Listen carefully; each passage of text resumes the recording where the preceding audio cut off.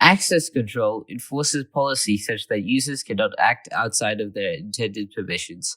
Failures typically lead to unauthorized information disclosure, modification, or destruction of all data or performing a business function outside the user's limits.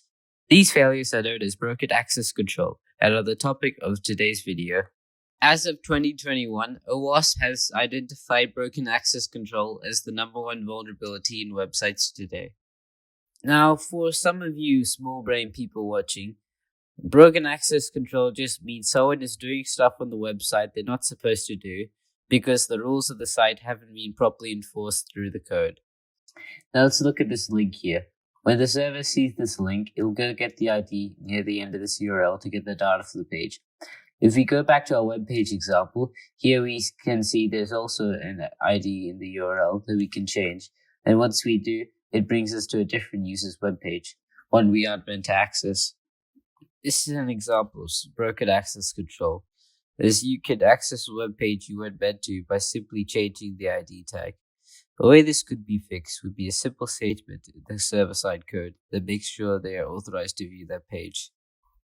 Another example of broken access control is this website. As you can see, the only thing on this page is the man saying that you can never find his personal information.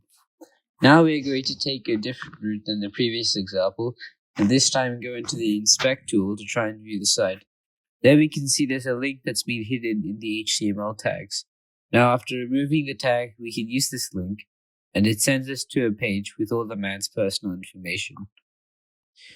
This could be fixed by, instead of hiding the link in the HTML, we just don't send the data of the link on the server-side code to the HTML, so that there isn't anything the client-side user could do to find it.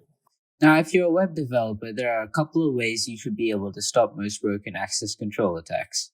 Keep in mind that these prevention methods will only be effective with trusted server-side code, where the attacker can't modify or access any data. One important thing to do is to simply deny access by default, unless the data in question is specifically intended to be viewed by everyone. The next is to create a general access control system that you can implement into every web page in your site to greatly stop unintended access across the board. You should also disable web server directory listing and ensure metadata like Git files and backup files are not able to be accessed by the end user.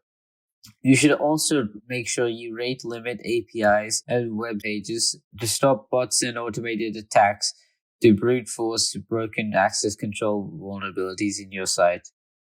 Finally, and arguably the most important thing to do, is to make sure you log when an access control failure occurs, and make sure you alert admins when needed, like if there is a repeated failure. This can help fix any gaps in your security and make sure it is up to date in the ever-increasing world of technology. Now, you probably remember that broken access control was the #1 vulnerability identified in 2021. But you've heard that these problems could just be easily fixed if a developer spent a bit more time making sure some rando in their parents' garage can't access your data, if you simply just implement the proper access controls. If some small-time developers could do this, surely some big companies couldn't be affected by this sort of attack. But you'd be wrong.